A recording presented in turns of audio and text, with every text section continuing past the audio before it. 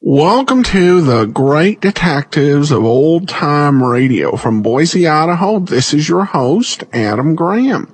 If you have a comment, send it to me, box 13 at greatdetectives.net. Follow us on Twitter at Radio Detectives and become one of our friends on Facebook, facebook.com/Radio Detectives. Well, before we do get started, I do want to let you know this program is brought to you by the financial support of our listeners. Thanks so much for your support. And we are running our listener support campaign. I want to thank those who are supporting that, among them Brian and Jack. And we'll send access to our premium site, which we do with all donations of $7 or more.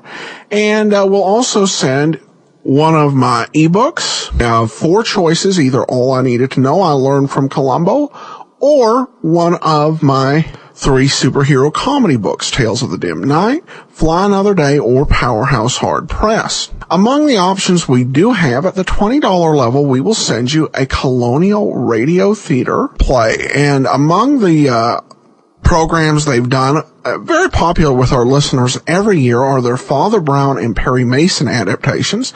Though they also, we have Zorro, a complete 6-hour plus dramatization of The Martian Chronicles by Ray Bradbury, as well as Gettysburg and Zorro. And we'll send you one with a $20 donation. With a $50 donation, we'll send you 3, and with a $100 donation will send you your choice of 7 Colonial Radio Theater dramas. Again, full options are available, and a lot of other items available beside at support.greatdetectives.net. Now it's time, though, for today's episode of the Casebook of Gregory Hood, the Red Capsule. Petri Wine brings you the Casebook of Gregory Hood.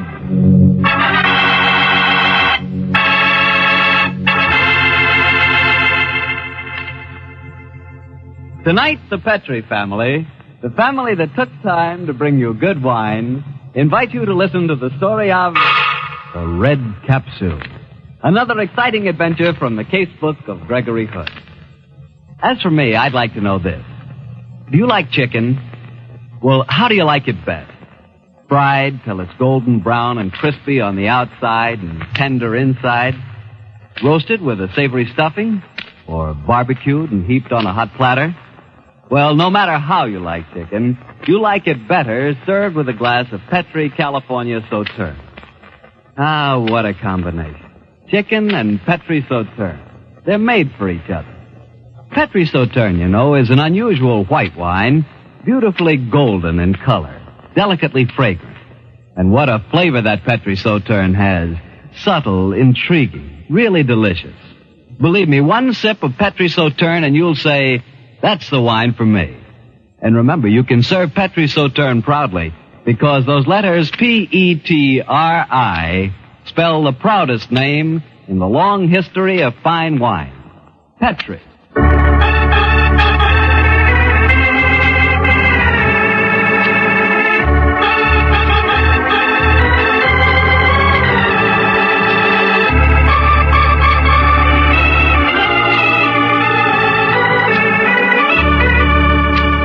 Well, it's Monday night in San Francisco, and we have a weekly date with Gregory Hood and his attorney and great friend, Sanderson Taylor. Tonight's rendezvous is at that happy bourne from which no fish returns, Bernstein's Grotto on Powell Street. Let's join them there, shall we? Hello, Gregory. Evening, Mr. Taylor. Ah, there you are, Harry Bartell. Evening, Harry. I hope you don't mind we jumped the gun on you a little. I could never resist these cuckoo clams on the half shell.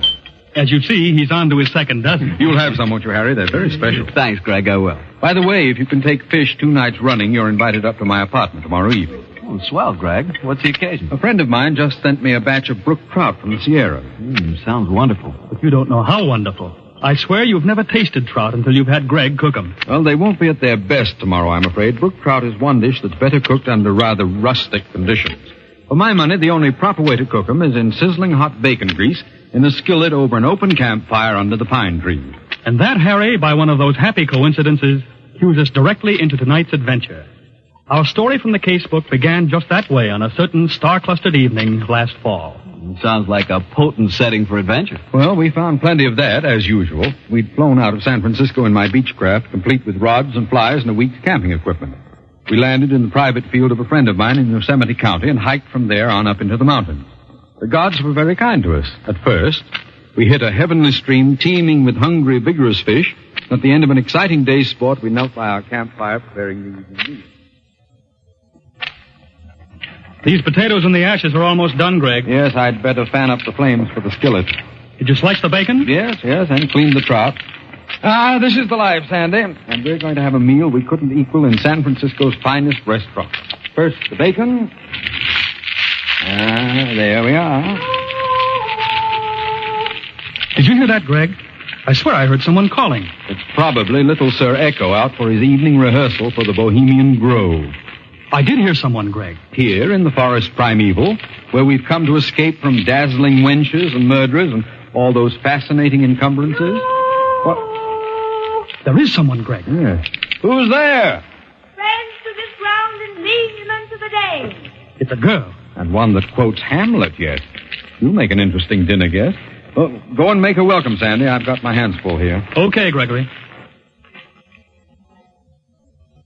Good evening. Are you in trouble? Oh, hello. Yes, I was glad to see your campfire. I'm afraid I'm lost. Well, come and join us, won't you? My name's Sanderson Taylor. Oh, well, mine's Eustace. Sylvia Eustace. A little unwise for a young lady to be hiking about in the mountains at night, don't you think? Well, Gregory, this is Miss Sylvia Eustace. Oh, how do you do? Sorry I can't get up, but I must watch this meal.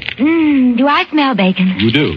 You'll be our dinner guest, of course. Oh, I can't refuse. I'm starving. How would roast potatoes, coffee, bacon, and brook trout a la nature appeal to you? Oh, I can't think of anything more perfect. Can I help? No, thanks. Everything's under control. How come you're up in the mountains alone late at night, Miss Eustace? Well, I walked up earlier today. I'm staying with friends at Denmar Lodge. Oh. It's about 10 miles. I'm afraid I overdid it. What's wrong, Miss Eustace? Here, I have some brandy in the flask here. Oh, no, thank you. I have a touch of asthma. I'll take an ephedrine. There. I'll be better in a second. Don't worry about me. I do wish I could do something to help. Oh, it's all right. There. Oh. I'm sorry. And now, how's about the trout? Going into the skillet at this very moment. Listen to it sizzle. Well, I don't know if I should eat so soon after an attack, but I'm sure I won't be able to resist it. I'll hope for the best. As Shakespeare says, let good digestion wait on appetite and health on both.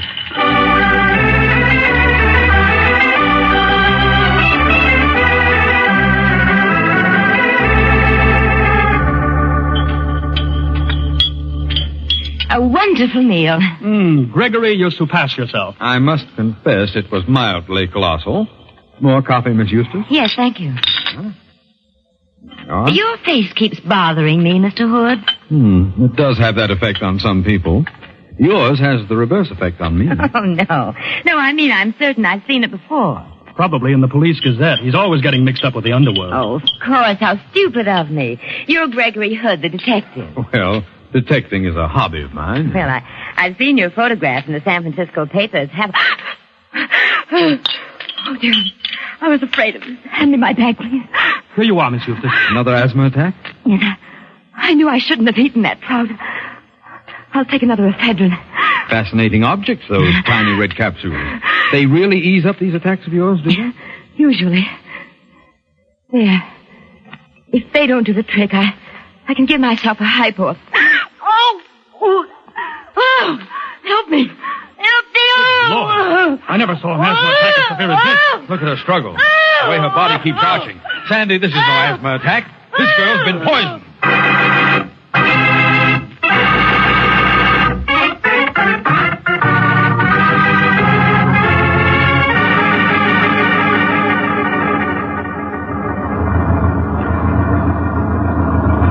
you may say about the evils of modern civilization, Gregory, at least if we'd been in the city, we could have called a doctor and the police. I know, Sandy. It was ghastly. Darn this wretched car. It should be in a museum. The old farmer who rented it to us warned us not to expect too much. In any case, after scrambling down a mountainside in the dark, it's a great improvement. Well, the dawn's breaking now. It would have been better to have waited up there and then carried her body down to the plane and flown it into San Francisco. I can still see that poor girl's face as she died. Yes, it was torture. If only we'd packed some other food, some mustard, egg whites, anything to make an emetic. But to stand there helpless and watch her die. You're sure it was murder? Oh, obviously. Suicides don't seek company. And it was no accident. I know the symptoms of strychnine poisoning when I see them. We must be on the outskirts of some town now. There are a few lights twinkling. Yeah. I wonder where the courthouse is, or even if they have one. If I know these hick towns, it isn't far from the outskirts to the hub of things. Greg, could you make out anything of what that girl was trying to say to you as she died? Almost nothing. The strychnine spasms were racking her, and that, combined with her asthma, made it very hard. Dreadful way to die. I just caught a few scattered words. Sounded like sport, engineer, tar. Does that make any possible sense to you? No, I can't say. Well, Greg, here we are, the county courthouse. And the lights are on. Somebody's going to have quite a shock to start their day with. Yes, I imagine murder is something of a rarity in these parts. Yeah. Oh, here's the sheriff's office. Come on, Sandy. Good morning. Oh, you fellas are stirring early. What's on your mind? Are you the sheriff? Sure, Sheriff Turner. What's on your mind, son? We've come in to report a murder. Sounds as if you said murder, son. That's what I did say. A girl was murdered last night in the mountains. My friend and I saw it happen. You saw it? Jake, come in here. Now give me the facts, you two. My friend and I were camping in the mountains last night. A girl named Sylvia Eustace was lost and came to our fire. Sylvia Eustace, huh? Go on. Well, she had dinner with us, and half an hour later she swallowed what she thought to be an ephedrine tablet and died of strychnine poisoning. Who cooked this dinner? I did. And the girl died right afterwards? Yes. Jake! You something for me, Sheriff? Yeah, get your keys out. You got a couple of customers. Us? Now, look here, I warn you, Sheriff, that I'm an attorney. Sure, and I'm the Queen of India. Lock them up, Jake. We've got us a couple of murderers.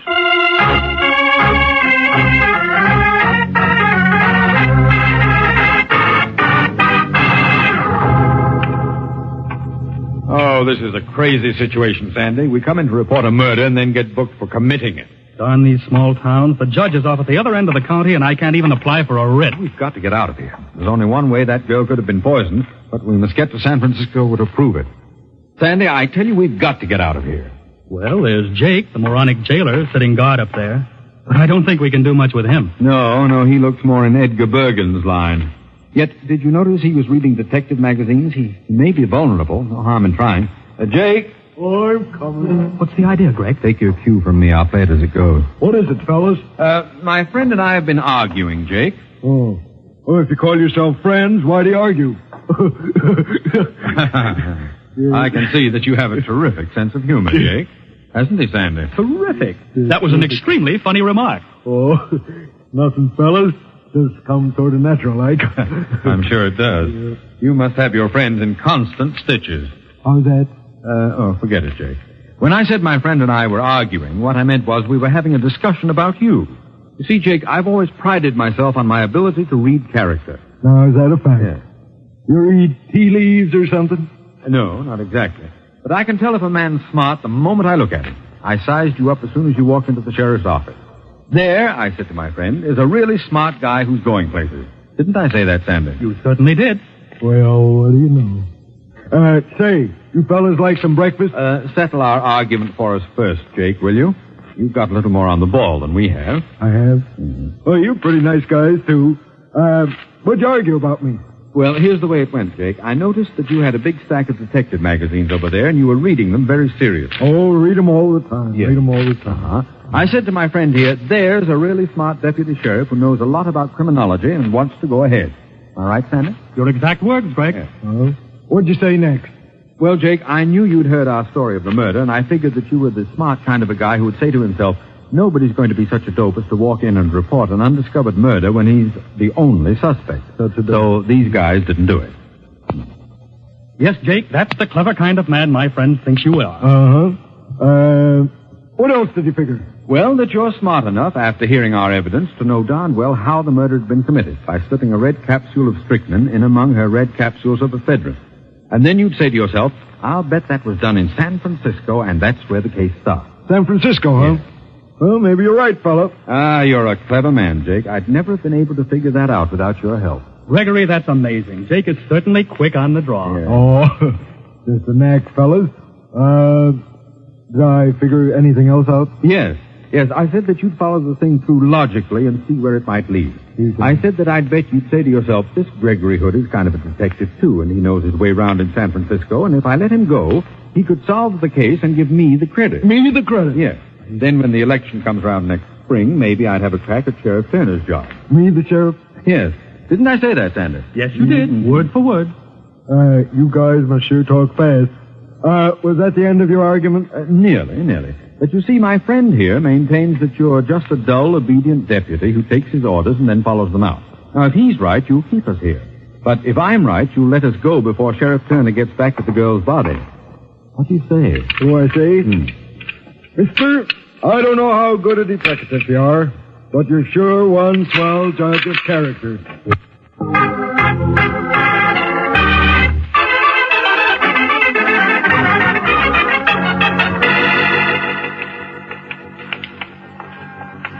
Gee, Sandy, it's good to be back in San Francisco. Sure. But I hope you realize, Greg, that in the eyes of the law, we're fugitives from justice. Yes, but the law peered at us with very sleepy eyes this morning. I'm afraid poor Jake won't be very popular. Well, I had to do it. That oaf of a sheriff would have tried to pin the rap on us. By the time we'd gotten clear, it would have been too late to do any real work at this end. I agree with you there. Just the same, I hope we never have to fly back across the Sierras in a thunderstorm. Yes, it was rather an exciting trip. In any case, it got us here in really fast time. Well, our first port of call is obviously at the dead girl's house. Yeah. Lucky she had those letters in her bag. What was the address again? 116 Marden Street. It must be this next house. She didn't mention her parents. Stanley, I'm afraid this is liable to be a pretty harrowing interview. I don't doubt it. But it's our logical starting point in a search for her killer. Well, here we are. An imposing house. Yes, the Eustace family must be moneyed. Wouldn't be surprised if the news of her death has preceded us. Yes. It's the maid's day out and the butler's quit. We don't want anything. Unless you're applying as servants. Is this Miss Sylvia Eustace's home? Yes. May we come in, please? No, you... Well, bless my soul. You're Gregory Hood, aren't you? Yes, I am. Can't see a thing with my new glasses. I'm Sylvia's uncle. Come in, won't you? Thank you, Mr. Eustace. This is my friend, Sanderson Taylor. How do you do? How do you do? Now, you want to see Sylvia? You mean she's here? Yes, I think so. I'll go and see. Won't be a moment. Greg, what in thunder is he talking about? The girl's dead. We know it.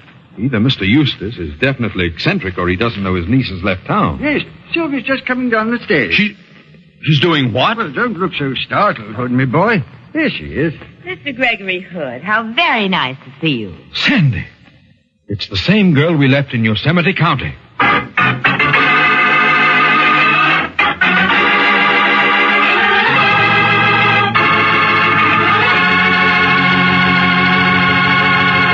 You'll hear the rest of Gregory Hood's story in just a second. And right now is a swell time for me to tell you about a red wine that's really marvelous with any kind of meat or meat dish. It's Petri California Burgundy.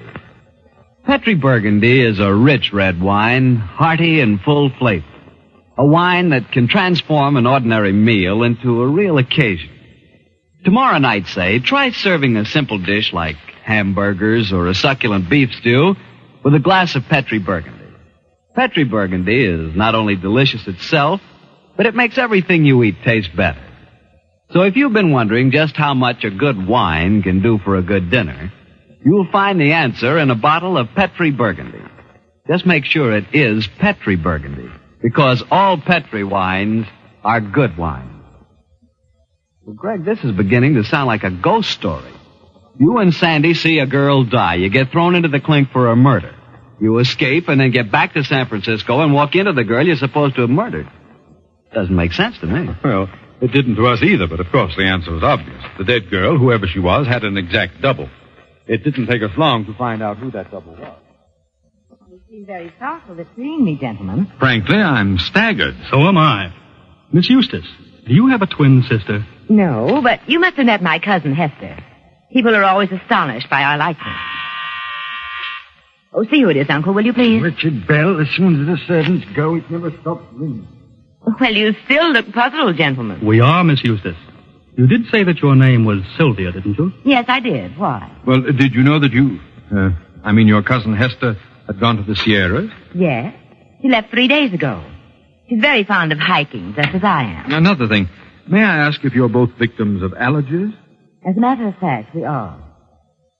You're being very mysterious. Has anything... You're very, very popular today, Sylvia. Here's a Lieutenant Silvers of Homicides. Most anxious to talk to you. Afternoon, Miss Eustace. How do you do, Lieutenant? Do you know... Yes, I know them, thanks. Hello, Greg. Hello. Mr. Taylor. Didn't expect to find you here. I heard that you'd been detained in Yosemite County. Yes, Stan, we were. But only for a short while, fortunately. Well, we'll talk about that in a minute, Mr. Taylor. Right now, there's more vital talk. Miss Eustace, do I understand that you are Miss Sylvia Eustace? That's the second time I've been asked that question. Yes, Lieutenant, I'm Sylvia Eustace. Why? Well, because I've just received a notification from Yosemite County that the sheriff up there has found the dead body of Sylvia Eustace at this address. He'd been murdered. Oh, what in the name of thunder are you saying? Dead. I don't... She's fainted. I've got it. Leave her alone. You fellows have done enough damage. Here, I'll take her to her room. Well, Greg, you are in trouble, aren't you? I certainly am, Stan. You've had a report from Sheriff Turner, I suppose, Lieutenant? Yes, Mr. Taylor. They tell me the two of you broke jail and that you're wanted for murder. Well, we broke jail all right, Stan, but you can't believe the murder charge. Well, no, of course not. I've known you both too long and too well for that. But, officially, it's my duty to send you back there to jail, you know. But if we're wanted on a murder charge, whom are we supposed to have murdered? Sylvia Eustace. Oh. And who is the lady who just fainted? Sylvia... Oh, I get it. Exactly, Stan. This is a pretty complex case. Before you go shipping us back to death row in Yosemite, I think we'd better have a nice long talk.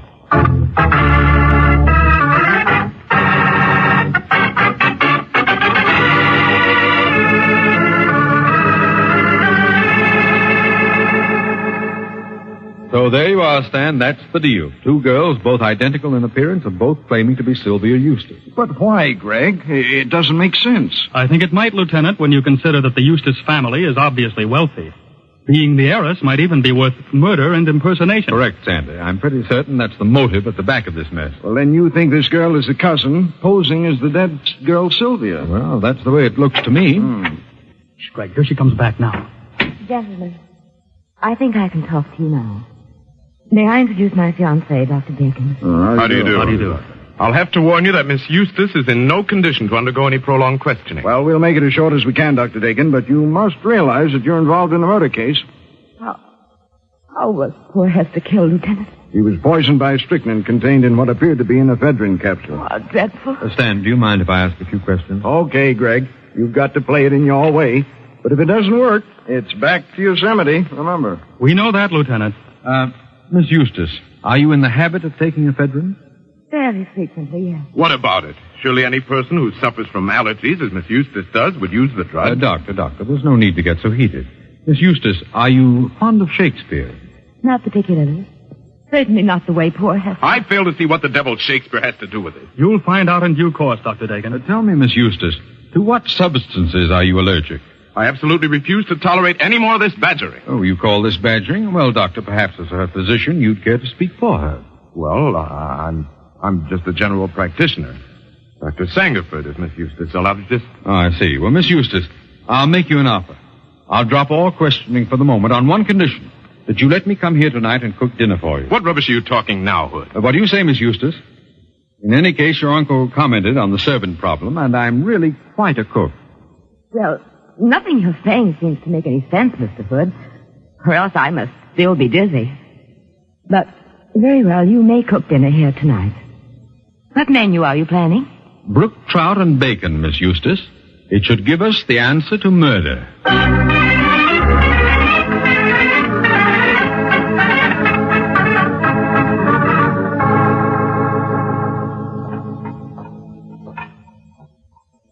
Slice up the bacon, Sandy, will you? Right you are, Greg. Greg, we've been friends for a good many years. If we hadn't, I wouldn't take the risk of stringing along with you on this case. Will you tell me what goes? Oh, now don't look so harassed, Stan. Oh. We're on the last lap. Our question is, which is the real Sylvia? Now, the old uncle might be fooled. He's half blind. And young Dr. Dakin might be in cahoots. True.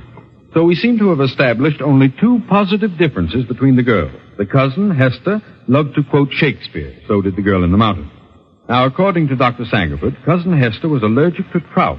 But somehow he'd never checked Sylvia. Oh, now I begin to see why you're cooking a dinner of brook trout. Yes, Stan, if she eats the trout and nothing happens, she's in the clear. Well, I hope you're right, Greg. Maybe I'm a fool for even letting you try it. I've got a nasty feeling that this whole business is one occasion when you've outsmarted yourself. At last, you're due to be hoist with your own... Oh, Gregory, a skillet full of bacon grease all over the floor. To blazes with it. I've outdone myself in idiocy. Quick, Stan. We've got to warn Miss Eustace. Get some warm water at once and some mustard. What's wrong, Dr. Dakin? It's Sylvia. She's just been poisoned.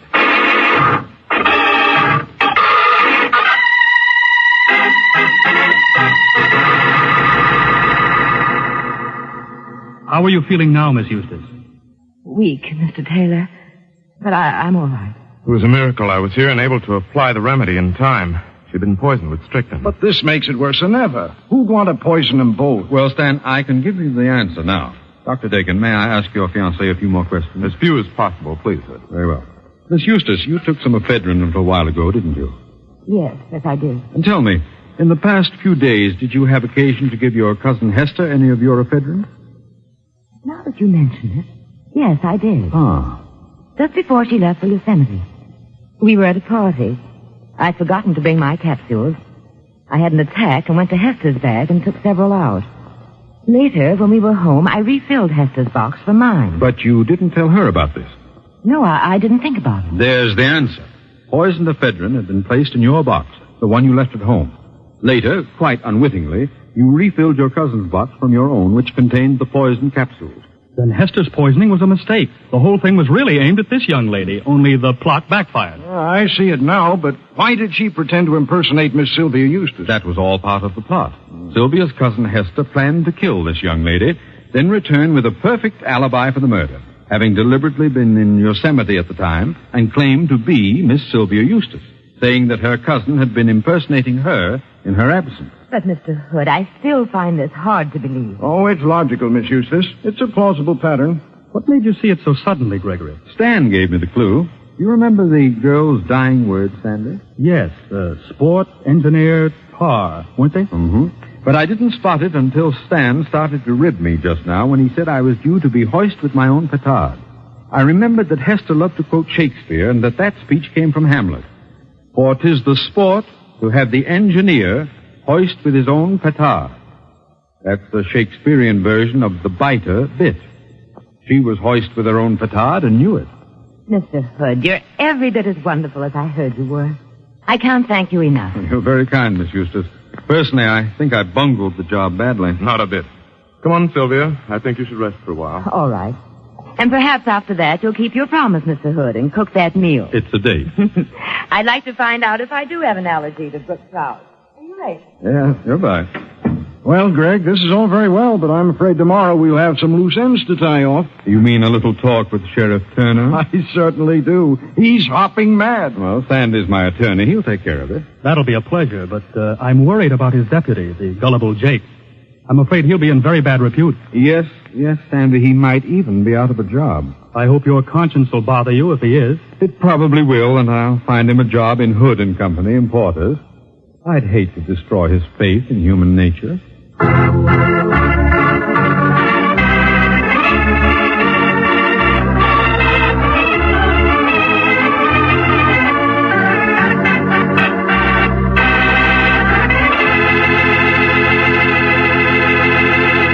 Greg, as usual, that story was a honey. You know, come to think of it, I'm not so bad at quoting Shakespeare myself. Why, Harry, I didn't know you were a student of the immortal bard. You should just see me do a balcony scene. And personally, I'd rather sit in the orchestra myself. Oh, now cut it out, Greg. Look, let's run through Shakespeare's Romeo and Juliet. I'll be Romeo. If you think I'll play Juliet to your Romeo, you're crazy. Besides, I know you too well. What do you mean? Well, when Juliet says, Romeo, oh Romeo, wherefore art thou Romeo? Your answer will be getting a bottle of Petri wine. Well, can you think of a better answer? Look, if Shakespeare knew about Petri wine, he'd rave about it, too. It's great, Greg. Well, it's got to be. The Petri family has been making wine for generations. With the Petri family, the growing of perfect sun-ripened grapes and the art of turning those grapes into fragrant, delicious wine is a heritage. It's a heritage handed on down in the family from father to son, from father to son. And the skill of those generations of winemakers is evident in every drop of Petri wine. So the name Petri on a bottle of wine is more than a trademark. It's the personal assurance of the Petri family that Petri wine is always good wine. Oh, but you'll discover that for yourself. You'll learn that no matter what type wine you prefer, you like it better when it's a Petri wine. Because Petri took time to bring you good wine. Well, Greg, what story from your casebook are you going to tell us next week? Next week, Harry, I'm going to tell you an adventure that I call The Forgetful Murderer. It concerns itself with one of the strangest series of murders that I've ever encountered. I'll tell you all about it next Monday, Harry.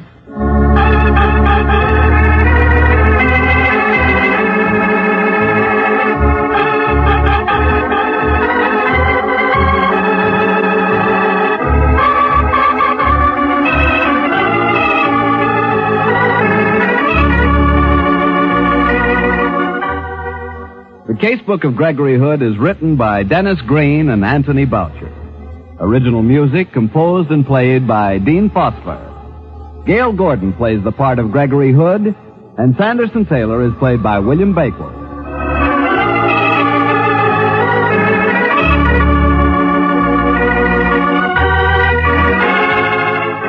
The Petri Wine Company of San Francisco, California, invites you to tune in again next week, same time, same station.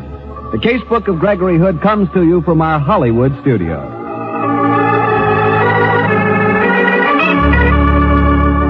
This is Harry Bartell saying goodnight for the Petri family.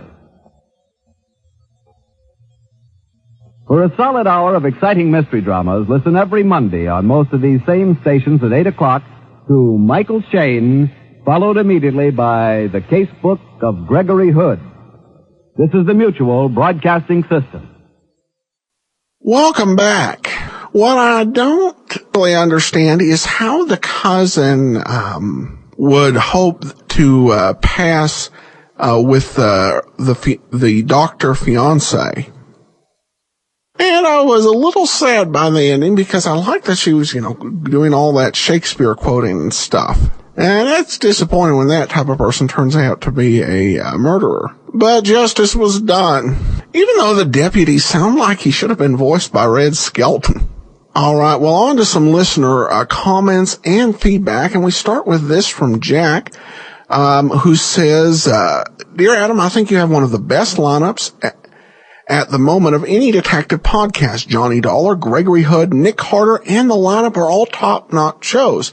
I particularly enjoy Gregory Hood because Boucher and Green really create the San Francisco atmosphere, probably because Boucher was from the city. As a Bay Area boy, I really enjoy it.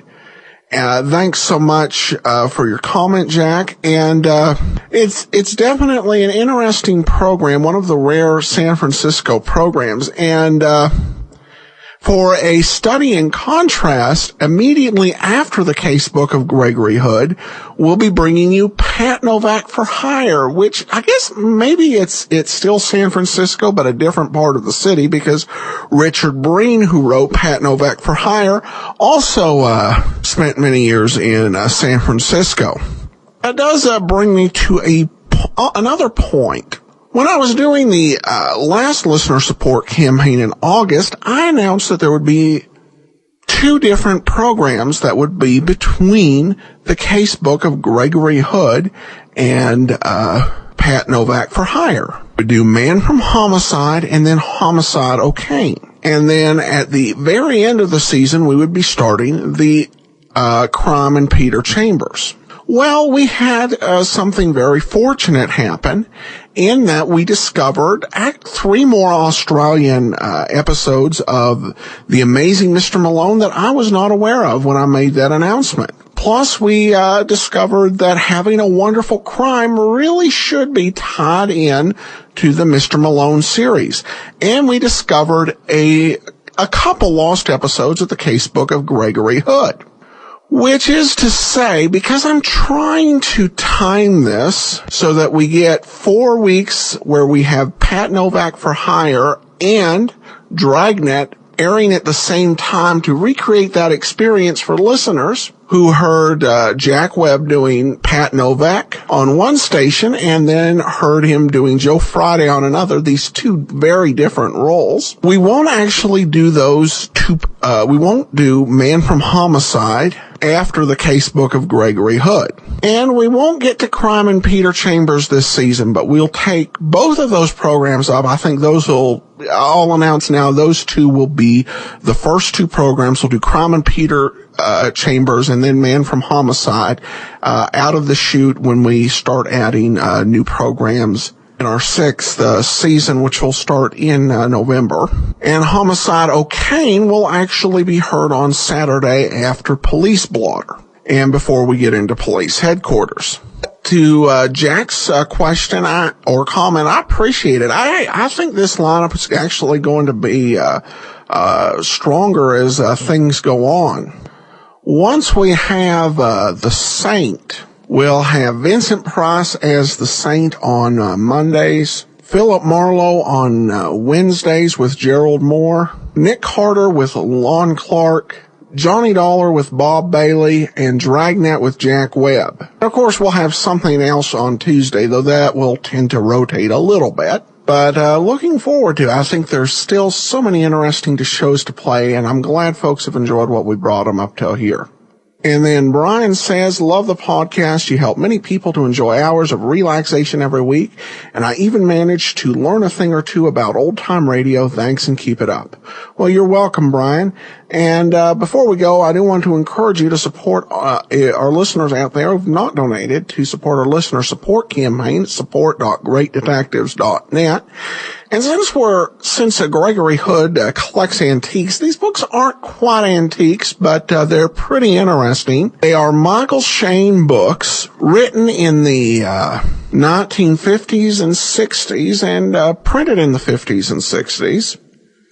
Nice little Dell paperback books. I picked them up and we have 4 of them left. And if you're in the U.S. or Canada, we will send you 2 of them for a donation of $50 or more. And these are some out-of-print books, and the pocket books are nice. You can put them in your front pocket if you've got a good-sized pocket, or also in a purse. They're hard-boiled action, so if you'd like to pick a couple up, you just send a $50 donation and can do that. Support.greatdetectives.net. Or if you don't have or use PayPal, just email me and I'll be happy to provide you my mailing address for that purpose. All right. Well, we'll see you back here tomorrow as we continue on with the Curse of Kameshek matter. And then we'll be back next Tuesday with another episode of the Casebook of Gregory Hood. In the meantime, send your comments to box13@greatdetectives.net. Follow us on Twitter at Radio Detectives and become one of our friends on Facebook, facebook.com/Radio Detectives. But from Boise, Idaho, this is your host, Adam Graham, signing off.